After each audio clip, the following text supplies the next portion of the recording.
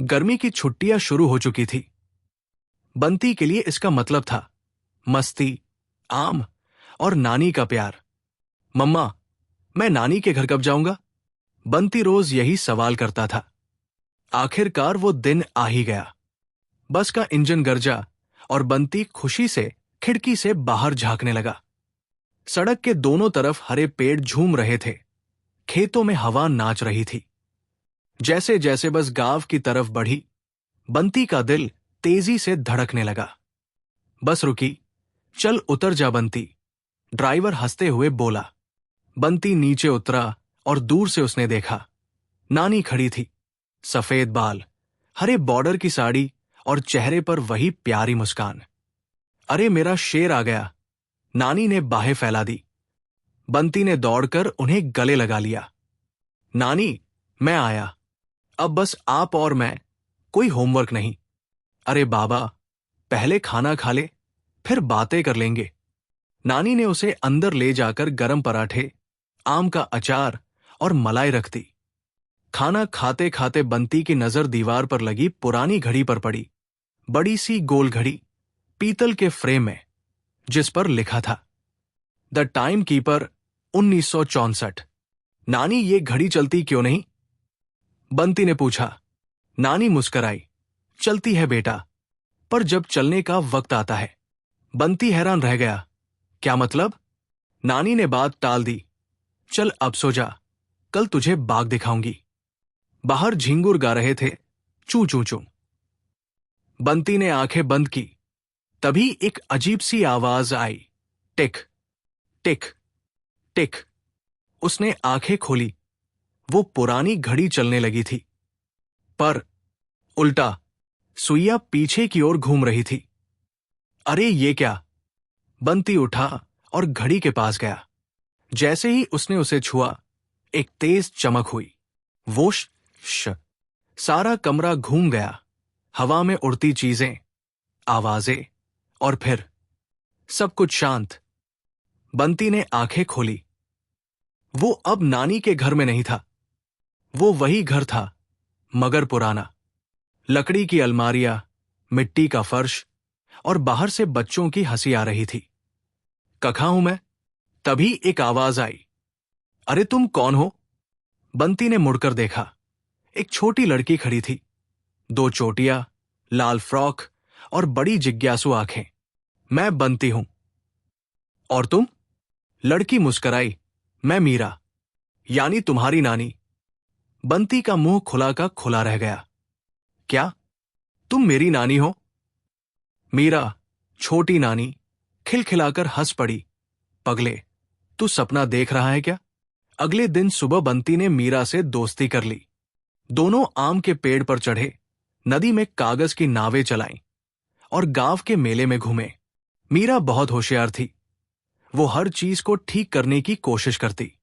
टूटी खिलौना गाड़ी, टूटी घड़ी, सब उसके हाथ में टिक टिक करने लगती। तुम इतनी घड़ियां क्यों बनाते हो? बंती ने पूछा। मीरा बोली, मुझे टाइम बहुत अच्छा लगता है। मेरा सपना है कि मैं घड़ी बनाने वाली बनूं, ऐसी घड़ी जो कभी न रुके। बंती मुस्कराया। तो फिर बनाओ ना। मीरा का चेहरा उतर गया। पापा कहते हैं ये लड़कियों का काम नहीं होता। बंती चुप हो गया। उसने सोचा, शायद यही अधूरा सपना इस घड़ी में बंद है। बंती जंगल के किनारे टहल रहा था, जब झाड़ियों से एक छोटी गिलहरी निकली। अरे ओ बंती, तुझे मीरा ने भेजा क्या? बंती उछल पड़ा। तुम बोल सकती हो? टिंगू बोली, हां, सब जानवर बोल सकते हैं, बस इंसान सुनना भूल गए हैं। टिंगू ने बताया, मीरा की बनाई हुई पहली घड़ी में जादू है। वो टाइम क्लॉक जो तूने छुई थी, वही इस जादू की चाबी है। पर वो अधूरी है। अगर वो पूरी हुई तो समय का चक्र खुल जाएगा। मतलब तू लौट सकेगा अपने वक्त में। बंती ने दृढ़ निश्चय किया। मुझे मीरा की घड़ी पूरी करनी होगी। बंती और मीरा ने गांव के कबाड़ से पुराने गियर, तार और घड़ी की सुइयां जुटाई। टिंगू और उसकी गिलहरी टीम सब भागदौड़ में लग गए।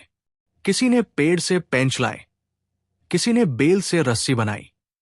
मीरा बोली, अगर ये काम कर गया तो ये दुनिया की पहली ऐसी घड़ी होगी जो यादों को पकड़ सकेगी। बंटी मुस्कराया, और फिर मैं अपनी नानी के पास लौट सकूंगा। जैसे ही घड़ी का अंतिम पेंच लगा, घड़ी चमकने लगी। टिक टिक टिक। सुइया घूमी, फिर रुक गई। मीरा बोली, अब बोलो बंटी, क्या चाहो? बंटी ने आंखें बंद की। मैं चाहता हूं कि तुम्हारा सपना पूरा हो। अचानक हवा तेज हुई, घड़ी चमकी, और मीरा की कार्यशाला रोशनी से भर गई। घड़ी की सुइया अब बेकाबू घूमने लगी। मीरा, संभल के, बंटी चिल्लाया, पर अब देर हो चुकी थी। दोनों हवा में उठने लगे। बंटी, अगर तू लौट गया तो मेरा सपना याद रखना। पक्का, नानी। एक तेज रोशनी के बाद सब अंधेरा। बंटी ने धीरे धीरे आंखें खोली। वो फिर नानी के कमरे में था। दीवार पर वही घड़ी थी, मगर अब चल रही थी। टिक टिक टिक टिक। नानी कमरे में आई। क्या देख रहा है बंटी? बंटी मुस्कराया, आपकी घड़ी अब चल रही है नानी। नानी की आंखों में हल्की नमी आई। हाँ बेटा, अब ये हमेशा चलेगी। बंटी बोला, नानी, आपने तो कहा था आप घड़ी बनाना नहीं जानती। नानी मुस्कराई, कभी कभी कोई और हमारे लिए वो काम पूरा कर देता है। और उन्होंने बंटी के सिर पर हाथ फेरा। रात को जब सब सो गए, बंटी उठा और घड़ी को देखा।